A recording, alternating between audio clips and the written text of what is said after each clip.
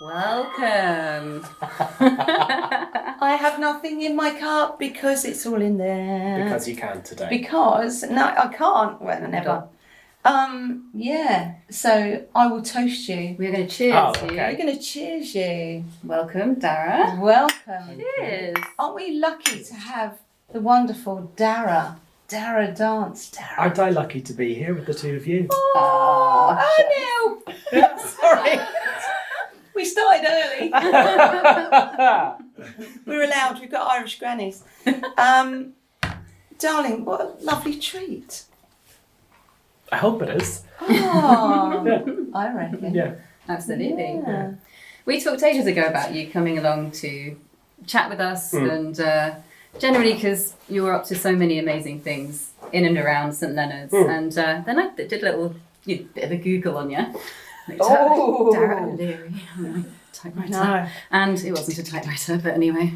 And there you were, with like this amazing reel with all these incredible things that you've done before being here, and that was part of the reason also that I was like, hang on a minute, we've got to have a proper chat about where you're at, what you've been doing, and how you managed to choreograph, pull together all of these different people to make shapes with their bodies in time, together. And all the other things, because it's not just that, is it? It's just so much more. Because we've that been goes into that work. We've been there, haven't we? We've Yes. been there. We've been in your presence when you've been choreographing. Oh yeah, I've been to your. Yeah, me too. I've been to shows that you've put on, and also to Darragh Dance, your collaboration with AfriColab, and it's just joy. It's just pure joy, moving your body and not really caring about how. Terrifying joy, though. To be fair. It is terrifying joy It as is, well. and I say that because there's so much to remember for me, and that's not for everybody. I see people so AfriColab, as you're all aware, is because you've all been watching, is down on our wonderful seafront at the Marine Court, and when you're up the front and you're going, okay, so 5, 6, 7, 8, or whatever you're calling it now, and I see people go, oh, and they pick it up like that. Real quick, yeah. I'm watching the Dallas Cowboy, the American Sweethearts on Netflix, and women they're just picking it up, guys picking it up, and I think that's fascinating. Yeah. But being in there and following that, for me, was terrifying until I allowed myself to enjoy it, and then all of a sudden it becomes a very interesting story. Absolutely. Yeah. You can follow choreography, anyone can follow it. Yeah. And you're so good at it. Oh, thanks. No, I think the most interesting people to watch to dance are non-professionals. And I think you get the most kind of honest, pure, interesting versions of choreography from like people who haven't like trained their bodies to be in a particular way. Sure. And there's lovely like transition that like can happen in the Darragh dance class and also in a lot of my work where you just see like people, it's kind of invisible where there's this like transfer where people start to take ownership of it in whatever way feels like possible for them. Yeah. You just go, there you go. Yeah. That's it. It's like a surrender. It is. It is a little weirdly. bit. Yeah. And it's like any muscle, I think, like, you know, if you don't practice reading, you get bad at reading. It gets like difficult and tricky to kind of follow the words on the page and you go, I'm tired now, I want to stop. So I find that's like with dance, whether you're a beginner or somebody's been doing it for a while, there's like a little bit of like, ugh, how do I get into this? How do I like connect to my body? And I still have it, like these like brilliant moments where particularly like if I'm upside down, I know that sounds weird, but like if you're like hanging upside down over your legs and you're like looking at the world from like a different perspective and you think, very few people in the world get to do that every day in their life. They just don't. The majority of people just like either like walk to work, walk back from work, sit in the car, sit in seats like this. Yeah. And this is sometimes like the extent of what they do with their bodies. Yeah. All day. Yeah, Yes. all day. And then bed, and then all day the next day. And then it's like, I'm aching. Yeah. Yeah, maybe you need to get upside down. Yeah. Good You know? one. Upside down, or Because just like, inverted poses, like in Yeah. yoga, yeah, you're inverted. It's so your heart's working in a different way. yeah. Your blood is all going to your head. Yeah, things are just like shifting around. And Yeah. sometimes like moving your body doesn't even have to be as like big or extreme as that. Just like being aware of touch. Like just this, bringing your hands together and just really, really focusing on like the connection between your skin and your skin. Yeah. That's something the majority of people can do with very, very little effort, or it doesn't have to be like something where you're going, I am going to a dance class and I'm going to move my body. Yes. Yeah. You can connect I to your must body. be in time and I must do it Yeah. this way, and oh my god, I've just messed up and I don't know my left from right, which Yeah. is me all the But time. that's getting out of your head, isn't it? It Isn't is, And into yeah, your body and into your trusting body. your body. Yeah. Yeah, and so I work as a choreographer and I work as a movement director. So within like the Darragh dance class that I do, that'd be choreography. So Yeah. there's like set steps to set counts to like the set times that they happen. So there's like a framework that you have to kind of put yourself into. Sure. But then as a movement director, it's not like the complete opposite of that, but it's more about like what are the stories that our bodies tell.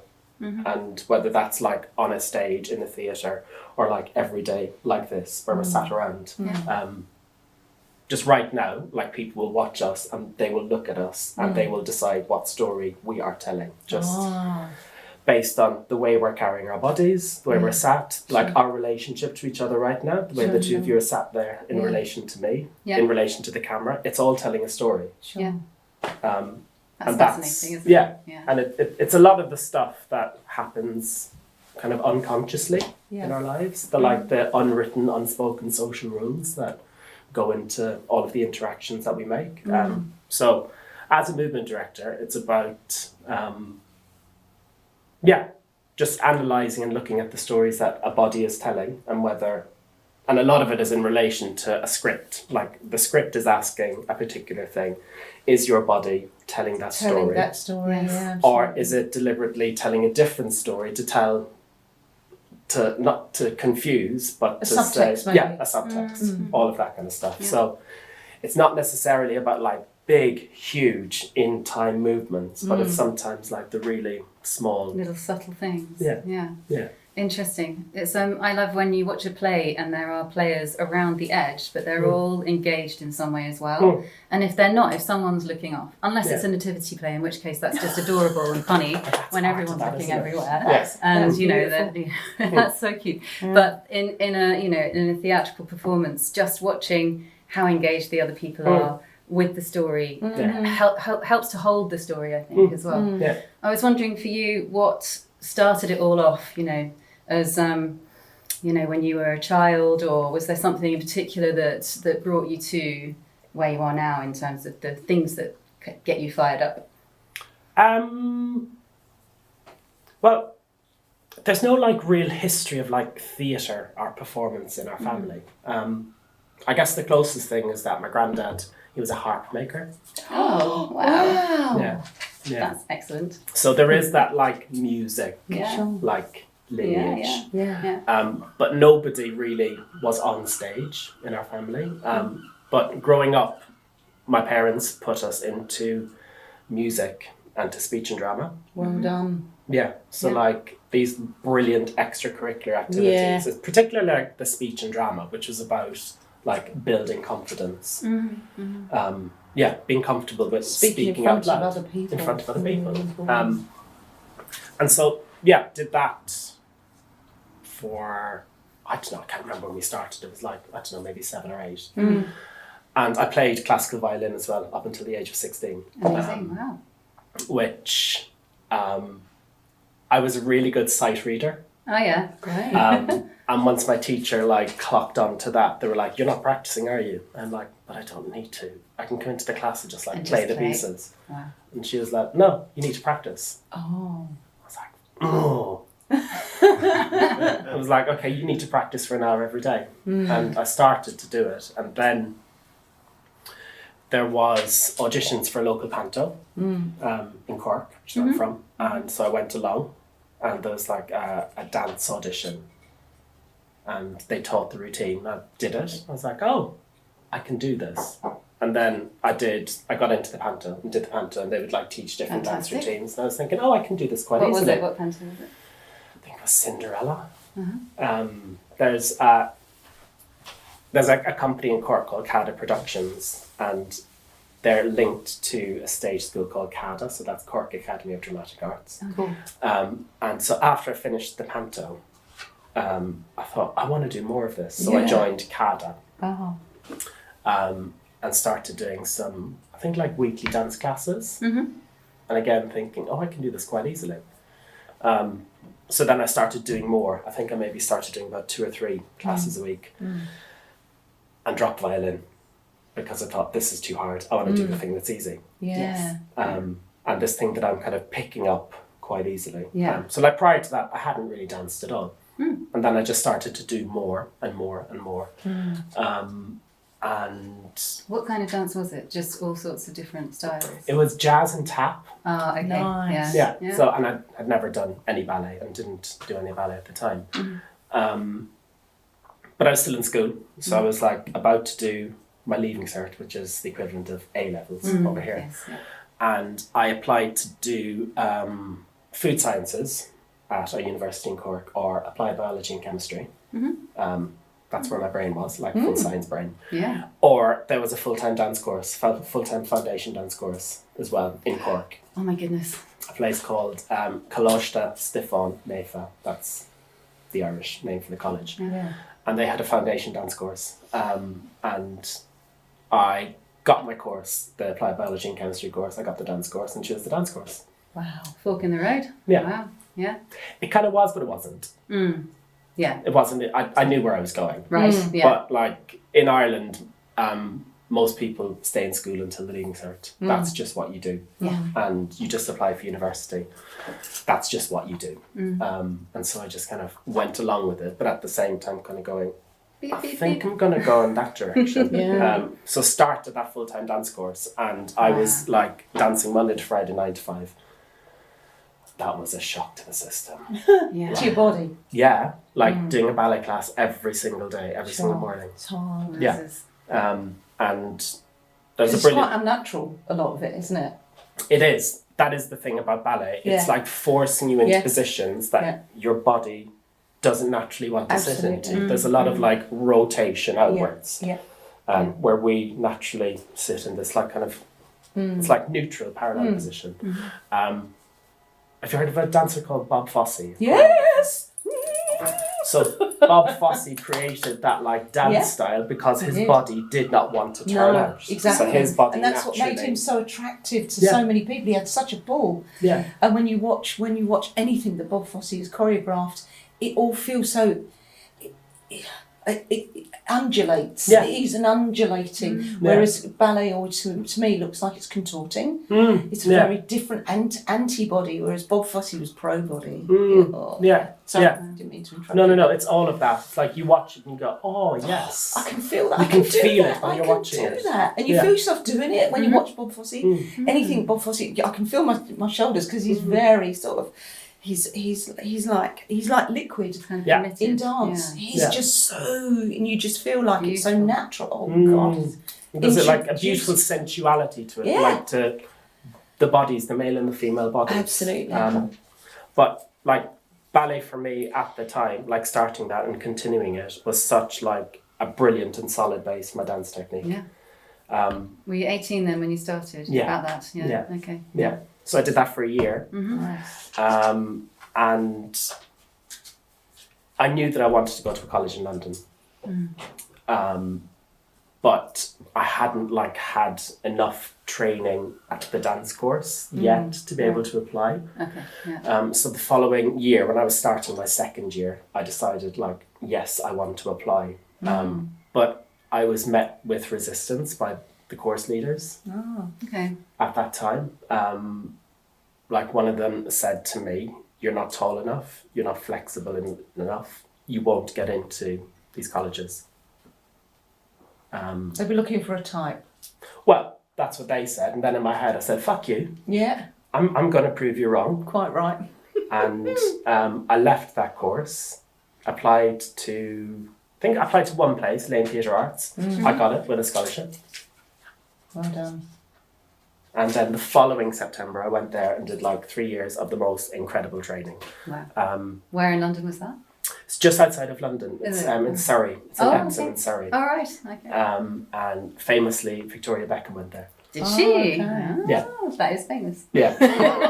Now it's double famous. Yeah. You went there too? Yes. But it trains you so well to be like so resilient and to be quite ambitious. And also like when I hit my third year and we started auditioning for shows, because that's the path you're on. Cool. You train to audition for musical theatre and dance productions. There was something about like being in an audition room and you feeling like you are the best. And that was something that was like part of the training That's at Lane. huge, yeah. Just where Embedded. yeah, just I like that. yeah, I deserve this job. Just this is a formality. You just need to give me the job. Well, instead of that chronic insecurity that people have when they go for shows, and it's like, and it's all bravado, and of course the director can pick that up as soon as you go into an audition. Whereas if that's embedded, that's a skill.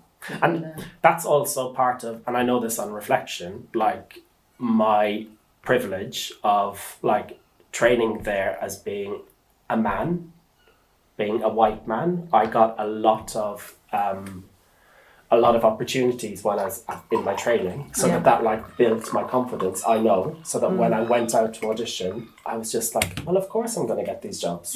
But in my year, I think there's about maybe 50 odd people in the year. Not everybody had the same opportunities as me. No. Yeah, I was going to ask about what your compatriots, colleagues, learners were like, how it changed the aspirations, say, from Cork to then going across the water and to London. What kind of what was that like for others? I loved it because I now had people that I could kind of like look up to and aspire to and go, I want to be like you and I want to do it like that. Nice. And I'd like people in the years above me that would like inspire me to like just work harder, dance harder, be better. And that was like the big shift. Whereas in Cork, it was like, oh yeah, we're kind of middling. Yeah. But now I had But like that's stretchy, isn't it? Yeah. Going into that aspirational work, always surround yourself with people that are better. Yeah. Gives you some juice, doesn't it? And that's even something like that happens in my work today. I think nice. I like to say yes to things, but I want to say yes to something if, I'm in the environment with people that I feel like I'm going to learn from or I'm going to be stretched by or inspired by. Yeah. That stuff I find still so important, even now. Yeah. Keeps you juicy. It does. It does. It keeps me in this industry because this industry is bloody hard. Yeah, I'd imagine. Yeah. There's a bit of like being in the moment of like I'm working on the thing now, but I'm also like having to plan the thing that's coming next because I'm freelance. I've always been freelance. There's the only person that's like paying my sick pay is me. The only person that's paying my holiday pay is me. Absolutely. So I'm always having to like simmer that thing there, spin that plate there. And there's a lot of like trust that I have to put into myself and faith in myself. Yeah. That like there's times where I'll just pull up my CV and go, you've done this and this and this. You're That's fine. a good practice. That is a good idea. Yeah. And it's also a bit of really like, cool. remember that. Yeah. Remember that. Always. Do you know what I do Where you've actually? been, If I'm feeling not down or like if there's like a really challenging job or like a challenging something professionally, I worked on the ceremonies of London 2012. So I'll stick on the opening ceremony, watch that and go, that was a good time, wasn't it? Yeah. When I saw that, I was did like, that. huh? What? Yeah, absolutely. Yeah. I think it's a really important thing Yeah. to go back and review because we get up the ladder and how many steps have we actually taken to get this far? And each of those steps is a job. Each of those steps is a triumph. Each of those steps is something to recognise.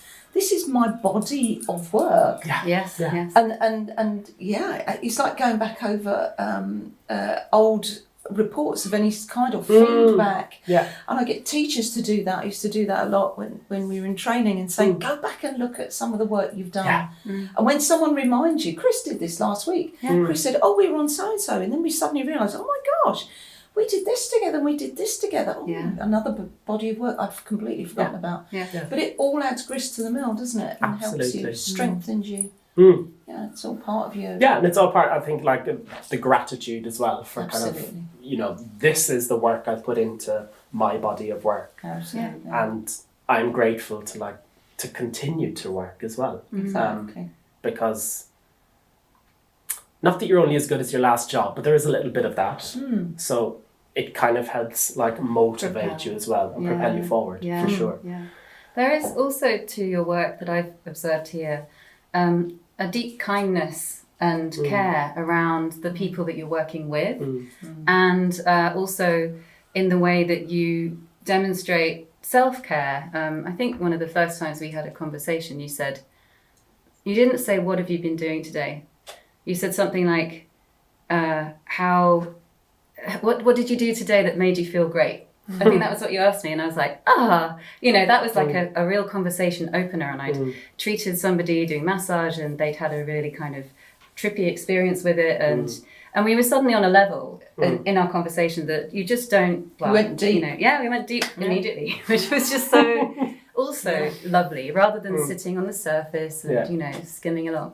And certainly with the hero's journey that you did with Africolab, that collaboration, there was so much care put into how to work with everybody within that setting, and that really resonated with me. So I just wondered about how the self-care journey was for you. How did that emerge, or what would your advice be? I think it's not always been like that, because like my training particularly was just like put up and shut up. Grueling. Right. And just get on with it. Okay. The show must go on. Swallow it and just do it. Yeah. Your legs hanging off. Okay. Just get up on that stage and keep going. Gaffer tape, love. Come on. Yeah. Wow. Yeah. Absolutely. And so that like permeates into everything. Like it's like mildly toxic. Yeah. And I performed for about 10 or 11 years, and a lot of that was like West End musical theatre and also some like touring shows as well. So I was in the machine of like auditioning, getting a job, and you know, having a great time. Yeah. A really, really great time. One of the shows I did Mamma Mia, I did the international tour, and for 2.5 years toured the world. Oh, wow. Like from like Asia to South Africa and Europe in between. Incredible, absolutely incredible. But I remember the consequence of that, particularly like when I came back, it was like, oh, where are my friends? Oh, they're off doing other things with other people. But you should have been here waiting for me. Yeah. That was like one moment of going, oh, I can now see what it's like if you don't kind of, if you're out of your kind of your familiar, your community. You don't maintain things those can connections. shift. Yeah. Which is hard to do if you're on a crazy schedule, of course. So. Yeah. Just another plate to spin. Yeah. So that was like one moment. And I stopped performing. It was around like 2010, 2011. And that was because I'd auditioned for 2 original West End shows. I've been through like many recalls for both, all at the same time. I was feeling really good about them both. I was thinking, I might get one, if not both, and then I'll have to choose. How brilliant. I didn't get either of them. It was devastating. Yeah. So I thought, I'm going to give this a break for a while. Right. So I stopped like performing, I said for 6 months, and that just continued. And then I moved into like, I started assisting some different choreographers, and I thought, no, I want to do my own thing. I want to not be in charge, but I want to like do my stuff, do my work.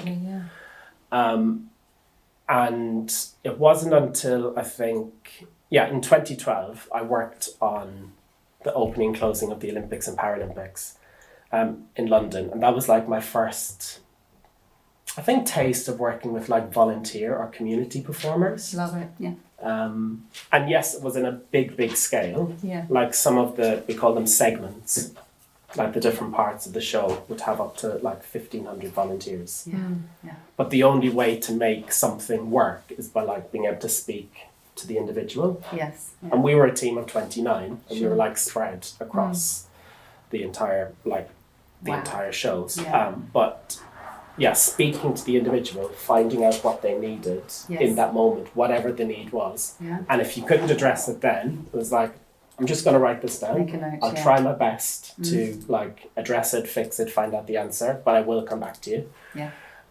so that was the start of like kind of going, oh, see the individual in front of you, like speak to the individual in front of you, find out like what they need. This is all like on reflection. I'd like started to do that. And I think like the big shift was probably when I moved down here 4 years ago. Yes. Yeah, 4 years ago. And I think it's like maybe the 1st of August. It'll be 4 years. And Happy birthday coming up. I know. Happy St. Leonard's birthday. Yeah. And it was like a big shift for me personally. I think I've done like 20 years in London. And like a lot of people during the pandemic, I needed to change something in my life. And yeah, moving here, I thought I want to live and work in the same place as much as possible. I feel that. And I was It's really important to work on your manner. I didn't know how I was going to do it. I had no idea how I was going to do it, because traditionally a lot of my work, like even as a choreographer, movement director, took me away to places. So it took me, even though I like lived in London, I rarely worked in London, if not ever. It always took me to other places. Then I'd come back and go, oh, where's everybody? Oh, they're off doing their things. Where's home? Yeah, where's home? Yes. Where's home? That is a weird thing, isn't it? It's that unrooted feeling of now I don't know where I am, and it's an identity issue you can really struggle with. Yeah. So that was the I don't know why or how I had that idea of I want to live and work in the same place. And I didn't even really know this place. Yeah, how did you come across it, or what was the story of... Why did you pick it? It's My really friend, Kate Gollage, who's a director. Love Kate Oh, yeah. Gollage. She had moved down here about 3 or 4 years before I did. Okay. Sure. Because she had a child with her husband, and her family live in and around here. Right, Yeah. okay. And did the thing of, I need a village around me. Absolutely. Also because Kate is a freelance director, Yeah. her husband Jimmy's a freelance lighting designer, Yeah. so needed that family to Sure. like Support the Support. work, support the way of life. Yeah. So I'd come down to visit, and each time I'd come down, like Kate would be the ultimate tour guide. Of course, Go absolutely. down George She's always Street. showing someone around. Yeah. Every time you see Kate out, it'll be like, oh, this is my friend from. This is my friend. You go, they're going to be here, It's aren't like, they? come on. They're going to be come on destined down. to be. And that's what, like, she'd always say to me, "You'll move here one day. Yeah. I know you will." And I was like, "Of course I won't. Oh. I live in London." Yeah. No, I Everyone live in in London says the same thing. Yeah. They're quite resistant, aren't they? Oh, Yeah. you're a Londoner. No, Londoner. London I has was. everything I need. Yeah. It didn't.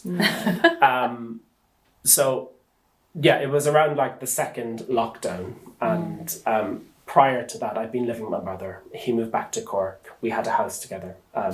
We sold the house. He moved back to Cork, and I moved in with some friends because I was thinking, I'm lost. I don't know where to move to.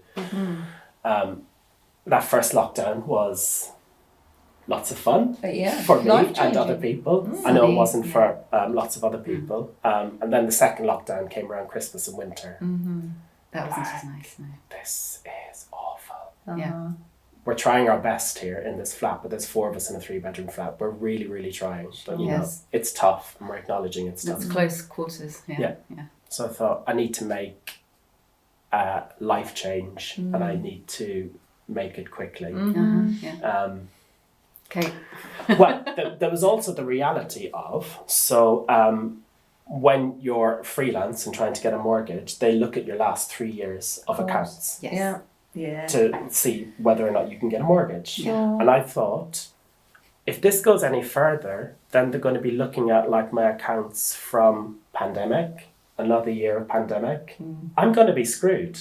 I am not going to be able to get a mortgage. So there was like that as well. There was like this like time sensitive thing of going, I'm also 46, I'm getting older. Like all of the things were like kind of not on my side. So that was like also part of like Are the you big... 50?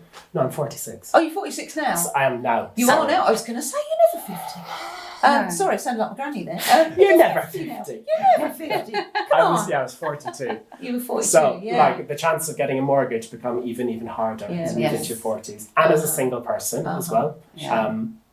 So that was part of the, like, make a decision fast. I thought, could I move to Hastings? I remember that day that Kate took me up the King's Road and said, no, that was quite nice. Yeah. Maybe I could move to St Leonard's. Get on right move. Yes. Yeah. Wow. I viewed one property and that's where I am now. And you fell in love. Yeah. Yeah. You know when it's right, don't you? Yeah.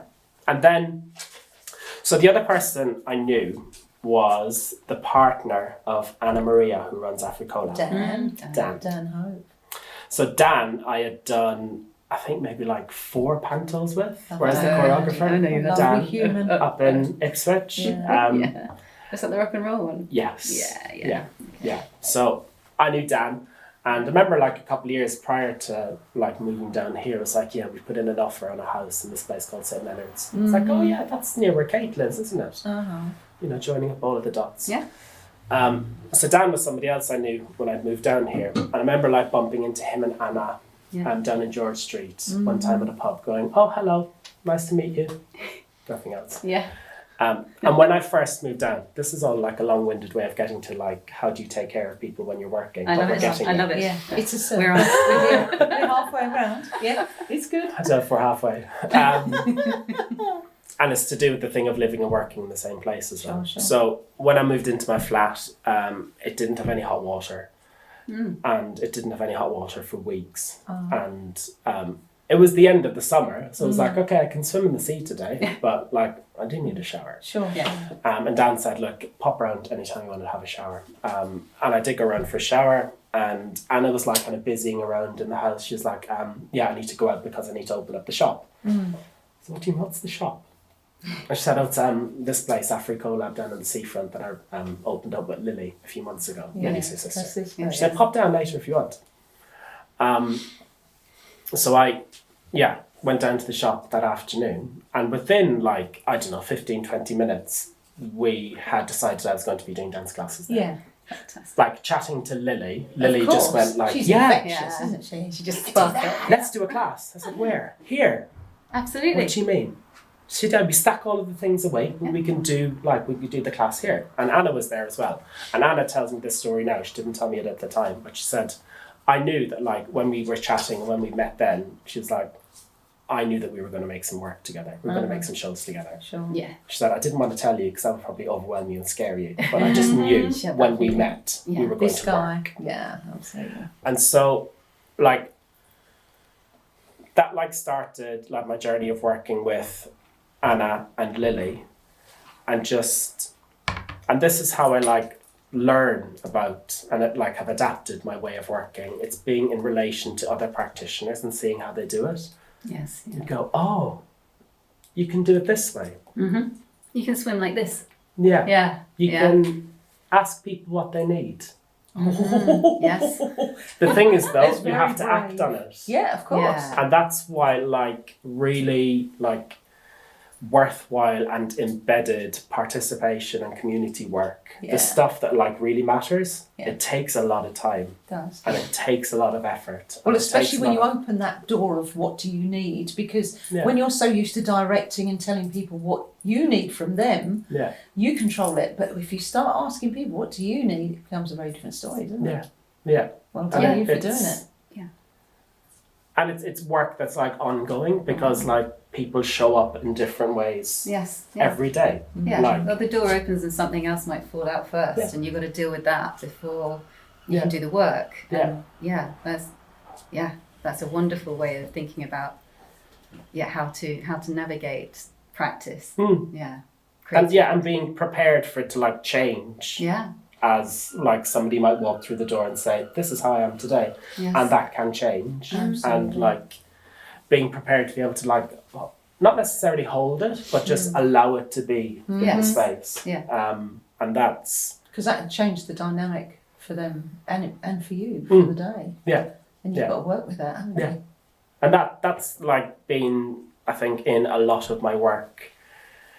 And it wasn't just like an overnight flip or a switch. It's like I have learned a lot from working with different practitioners. At the moment I'm working on a show at the Almeida Theatre in London. It's something I've been working on since about the middle of last year, but kind of more intensely since February this year. We've got some performances next month at the Almeida. There's a cast of 62. Okay. Amazing. And What's the show? the show is called 81 Life. Okay. And the central question around it is, what does it mean to live a fulfilled life? And it's been created and devised with writer Rihanna Ilube and the 62 cast Fantastic. members. Wow. Yeah. So that in itself has taken time, Ah, care, organic. a lot of listening for Rihanna to be able to pull out all of the voices and the stories of those people and then to shape it into Fantastic. something theatrical. Yeah.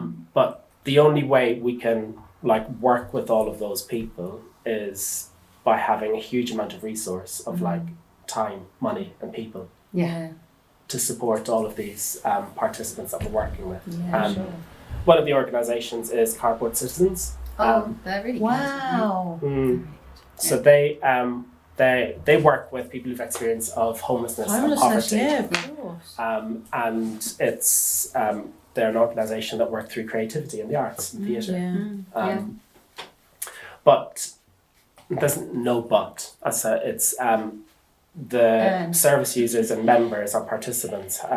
People have different names for how they want to call the people who are involved in the work, but they're all vulnerable in very, very many different ways. Yes. And the only way it feels possible for them to access this work is through a lot of support. Yeah. A lot of like listening, a lot of Patience kindness. and compassion. And a lot of like setting up containers which have particular like rules or ways of being, like ways of abiding to structures. Yes. Yeah. And it takes a lot of resource to be able to bring all of these people together in this way. But what a great model, Yeah. Yes. because this can be, this sounds quite unique, and to be able to set this up and be able to cost it and to be able to evaluate it, Yeah. to stick it out there, Yeah. and now say, different theatre. This is a different model of theatre. You don't have to be this prescriptive. Yeah. This can be an option as well. Yeah, it's one way of doing it. Yeah. And it's allowing people to access the arts that maybe feel that, oh, it's not for me. Or it's never something I've even thought about. You know, we've got people in the production who've never stepped foot on a stage before. Amazing. Really amazing. And it's about like guiding them through this journey as well. I love that. 62 of them, did you say? Yeah. And they've all stuck with it for the whole time. We've had like a couple of people that have dropped off for like various different Yeah, of reasons. course, yeah. Because it's a huge commitment It is for huge, them. yeah. For a lot of them, it's from February all the way right through to August. For a lot of them, it's meeting once a week. We have 3 different groups that meet once a week. There are about like 20 people in each group, and then once a month, the entire 62 we've been meeting. It works well. And it's incredible because the age range is from like 18 to 80, and just the beautiful like intergenerational conversations that happen, Yeah. and just like seeing people in the same space Yeah. that, you know, generally like are kind of isolated into their own They might be at the groups. bus stop together, but that's about it. Or you know, walking past, Yeah. on the But street. collaboration on that scale, I think is pretty Yeah. awesome. And the things I'm learning from the other facilitators, that's like, it's like a continuous like professional development. Absolutely. About how to just be in space together, how to, you know, hold different people's needs, conversations, wishes. And at the same time, like driving something forward towards a common goal.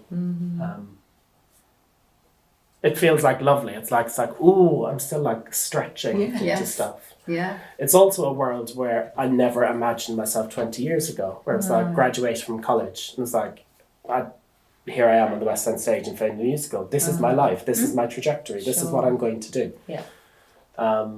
And like particularly like when you're trained at that place, Lane Theatre Arts, where I am now probably isn't the trajectory that like they imagine for, you know, a lot of their students. Because it would be train as a professional performer, and then if you're going to go into something creative, it'll be in commercial theatre. Exactly. There'll be an expectation that you'll follow Yeah. the trajectory. Yeah. But this sounds incredibly wholesome and generous and accommodating and supportive Yeah. of proper community, as Yeah. opposed to, well, these are the people, these are performers, you're not a performer, you're just a person on the Yeah. street. Yeah. No, bring Yeah. them in, the wealth Yeah. that these people That's will it. have. Yeah. Yeah, I was going to say it Will be sounds so rich. astonishingly rich. Yeah, exactly. And joyous. Lovely as well. word. They're just these like honest bodies and honest stories. There we go. And just, There's the like, word. It's There's not your being next told show. that you have to like you have to like stand in a particular way or just Sure, like yeah. emote in a particular Yeah. way, or Yeah. you know, it's very. It feels like very immediate, Yeah. and also like the Very beautiful real. thing of, and like which I talked about earlier, it's the transference of ownership from like this is something like we're molding with you, and it's when like they take it and go, yeah, this is mine now. Yeah, and you Or can when- see your yeah. thumbprints on it. And, Or they say, yeah. no, the prop doesn't go there, it goes here. You go, thanks, Yeah, great. that's so Yeah. nice. All those little things where you go, it's yours now, isn't Yeah. it? Yeah. That's the Where magic. do you want it to go? Mm. Yeah. And that happens whether it's in like a production of that size or like on the Olympic ceremonies as well. Just when, you know, the cast of 1,500 are just really owning it. Incredible. It's a similar thing because you've been able to like talk to the individual and go, what is it the thing that you need to get to the next bit? To be able to like shine, to be able to really like, is it a more comfortable pair of shoes? Is it like your headpiece isn't fitting properly?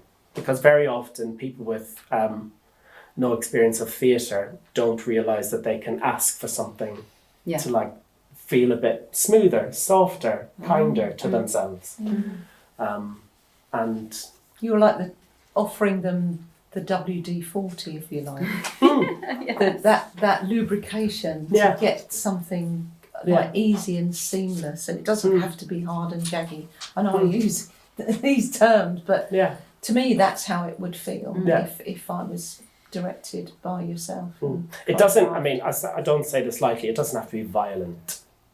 Like, there's a lot of violence in theatre. Yeah. Like, and a lot of it is very, like, subversive Sure. and, like, Passive manipulative. aggressive. Manipulative. Yeah, it is. And that is violent. Yeah. And it, like, scars people, like, so much that they just leave the industry. Of course.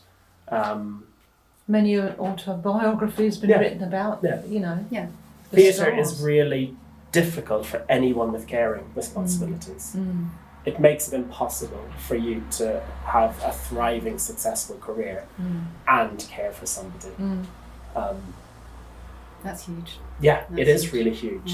Yeah. And it was only a few years ago where there was a musical, was it 42nd Street, which is in the West End, and they did a job share between two mothers, Oh yeah. Great two idea. performers, Wow. two mothers. That's fantastic. Yeah. It was revolutionary. Absolutely. It Yes. was like, of course it makes sense. Of Of course course it it can does. happen. The only Yeah. barrier is cost. Yeah. Because that means like double the costumes, Sure. double the rehearsal time. Yeah. It all adds. But the facilitation of that Mm. all of a sudden opens up another doorway of Yeah. we don't have to do it the prescribed way. Yeah. We can do something different. I And the love the that. modelling of it as well. You know, like young people as they're like coming into the industry, they go, oh, they can do that. Yeah. Maybe I can be a parent. Absolutely. Or maybe I I can can look still after work. my Yeah. mum and Yeah. still work. Yeah.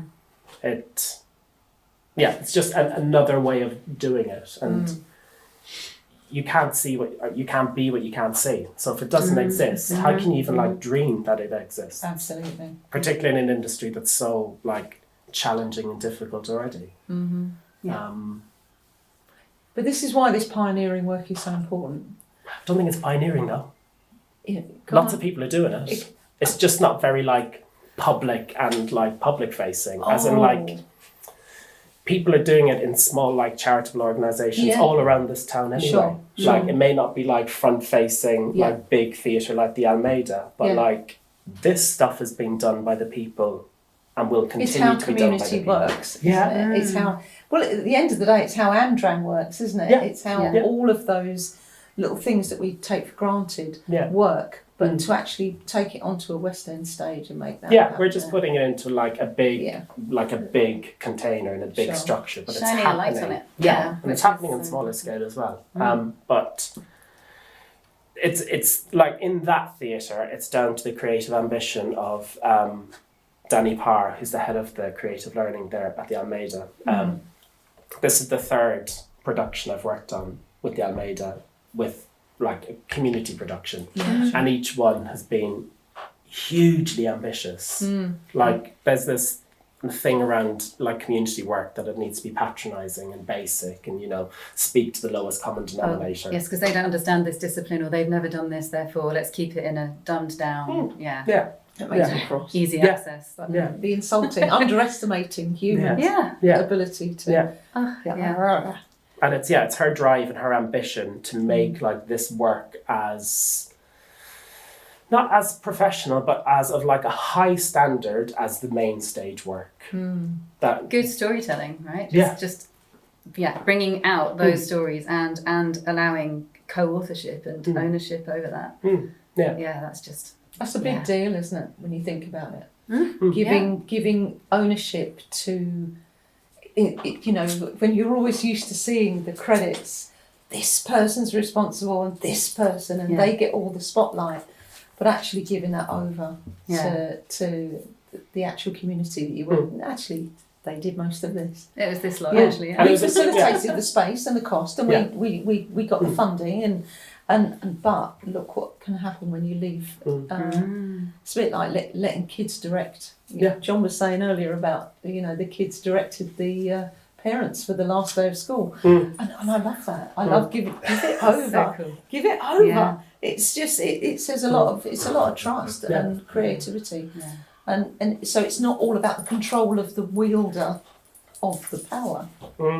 Yeah. And then I guess so many surprises can come out of that, and Yeah. so many weird, strange things and funny things and sad. All of the things can come out of that. Yeah. The windfalls. Once you've made the frame for it and, and the space for Yeah. it. Yeah. And it's when people just like, we call it like making offers. Like rather than just like the words say this on the page, like what is the thing that you could do that could bring that to life? And a lot of like the rehearsing that we do before we rehearse the play is about like playing and encouraging play, and like what does it mean to try something Absolutely. and fail beautifully, so that when we come to like pick up the play script, you go, I'm going to try this, I'm going to try that, Sure. I'm going to offer this up. It might not help with the storytelling in this moment, but I'm just going to give it a go, and then something might come out where you go, that's incredible. But it helps with the That's so nice. creativity. Yeah. Any of us, we get out of the habit of playing because we're adults and we think, oh, adults don't play. Oh my God, if only we could encourage adults to play. There's so much creativity is all, because kids don't struggle with creativity, do they? They make things up on the spot. They just flow. It just happens because they trust it. There's no like end point. No. You just like watch a child play. They just keep going.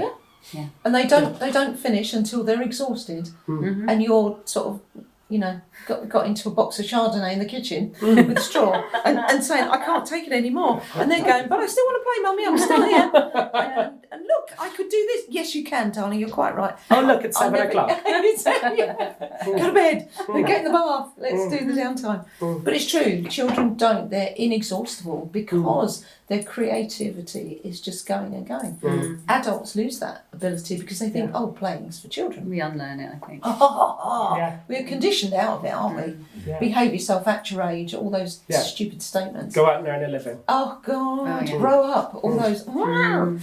And this is what I love about this is the fact that people can get out there and just trust themselves. And what like comes out. the beautiful thing about this project is that it's all for free for the participants. That's really good. Yeah. And they get some like food and travel expenses at That's every amazing. session they come to.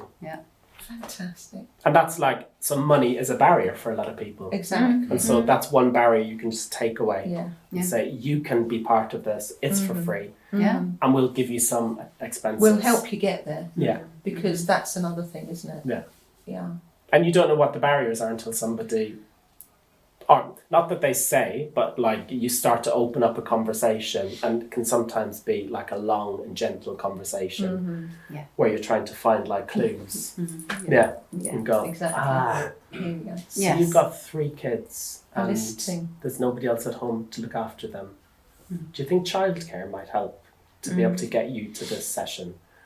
And they might say, oh, maybe like once every fortnight, and like on the other weeks my mum can look after the kids. There's all this stuff, like you're trying to go, what's the thing that can help you get here? I love that. And kind of then take what, like the magic here back into your real life. Because it doesn't end when you leave the room. No, There's you something- pay it forward. Yeah. And they would pay it forward in their in because they've been given that option. I love that so much. And all of that stuff, like, isn't quantifiable, isn't measurable. You can't go, well, that moment equals X amount of money in ticket sales. No, you can't. No. It's so difficult to I measure. understand And so, even though, like, on this production, we're making it for such a long period of time, they do 4 shows at the end of it. And that's mainly because they are community participants. This is not their full-time job. They have full-time lives outside of this. Yeah. So it's good to have a goal to work towards. That really helps on, I think, anything that you're working on. But there, a few performances for that reason. Yeah. But it... I've just had a thought. Go on.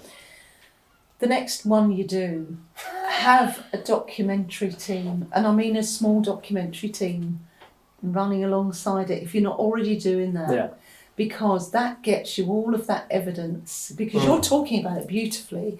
You're illustrating everything that is happening. Yeah. And you know that because you're having these conversations, if they were filmed and archived, ready for the next one to say, this might not be quantifiable in this respect, so it's not necessarily equates to a bum on a seat, but it goes into the community in a different way. So you just need somebody who's going to ask some questions and run a camera and just There's chat to that, people. but like there's a lot of really good evaluations done. Exactly. Like throughout. So Yeah. Oh, so you do like have it. when we did the Hero's Journey last year, we built in evaluation from the outset Absolutely, before it's like really ever important. stepping into any planning stages. There was an evaluation framework which we like created in collaboration with other of the people working on it. Yeah. Both for us as like the producing creative team and also for other participants.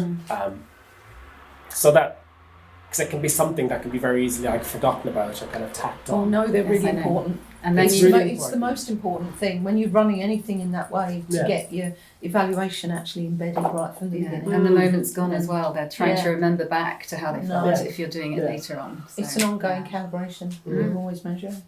And we made a really gorgeous case study as well. We had this filmmaker, Joseph Lynn, come in, and he's brilliant. He's got like a gorgeous eye, this like beautiful like human eye for like capturing. He took some like rehearsal footage and some of like performance footage, and then he did some interviews with everybody, like the cast and the team that were working on it, just to talk about their experience of it. Yeah. And that in itself would like really capture Oh yeah. That's a proper the stories nugget. and the moments, and that's beautiful. It's like a beautiful case study, because also like the money for that it came from the Arts Council. It was like it was a funded production. That's what they were going to want, isn't it? The Arts Council. Gonna want It could not have happened without No. funding. No. So That's the hero's journey you're speaking Yeah. about there. Yeah. Yeah. and then the Almeida production is a mixture of different funding pots, private and public. Because unlike the Hero's Journey, the project isn't funded by ticket sales. Yes, there are some ticket sales. It's like a minute percentage of what a project like that costs. Yeah. It's The huge. production behind it. So how do you feel about St Leonard's and your home now? Yeah, because we Where need to are bring you you back at? to the now. Yeah. Don't we? We need to bring you back to the now. Bring me back to the seagulls. I love it. It's the it's like the place I didn't know that I needed to be. I didn't know that I like craved and needed community so much. It's and this is like both through my work and from like the ease of making friends down here. I remember within the first few weeks there was a lot of like, oh, I'm going to meet some friends on the beach for a swim. Do you want to go for a swim? Then you go for a swim, and they say, oh, let's make a WhatsApp group, and we can like meet and swim every now and then. And that just like, that was the beginning of what it's like to live down here. It's true. Yeah. And you bump into someone once, and then you're like, oh, hi again. Oh, hi again. Let's swap phone numbers. Let's have tea. It's an automatic thing, isn't it? Yeah. This is not a bad thing, but I can't step out of the house and walk down the street without like bumping into somebody, whether it's like somebody I know just to say hi to, or somebody who's like a really good friend.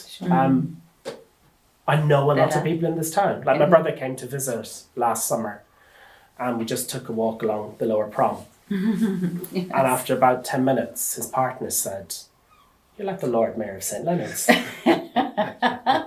It's like every like 50 metres you say hello to somebody. Yeah, sure. It's like, this is just my life. It is. And I love it. Yeah. I absolutely love it. Like, but it's friendly like that, though, isn't it? Yeah. And it's super friendly. I love it. I really those do. connections are huge for, you know, all the things in my head, like countering isolation, but it's true, like those little interactions and the smiley faces and the people that you recognise and see every day, it just makes you feel connected. Yeah, it does that, and like it shifts something in you. You might have like had a shitty email, and then you just step outside of the house, and just that like interaction with somebody just like just flips. Yeah. Someone's pleased to see you. Yeah. They're pleased to see you. They really are. And it's like, oh, and you think, oh, that's nice. Even if you go out in disguise, which I often do to get a job done. Exactly. An errand, a message run, as my grandmother would say. I'm on the messages. Absolutely. And it's accommodating. Well, we're very lucky to have you, you know. I'm aware of time because you had to be somewhere, so we're going to have to wrap this up. But I want to know... Time. Last orders. This has been fascinating. We're going to have to have you again, I'm afraid. You're going to have to come back. Part 2. Yeah, please. Because there's so much I want to ask you about Ireland and all the other things you're doing. And absolutely. So we will have you back. Oh yeah, you're a rich scene. A rich scene. You are a rich scene. I've never heard that. That's a great one. When you're mining, if you find a rich seam, that means there's something very precious. Oh. Definitely. I'm a rich seam. You heard it here. Darling, we're going to cheers you. Okay. And thank you so much. Our town has so much plenty and more plenty because it has you, Darragh. O'Leary in our town. Darragh O'Plenty. Darragh O'Plenty. Oh, Darragh O'Plenty. Welcome to the family. Cheers. Oh, dear. Tingles in.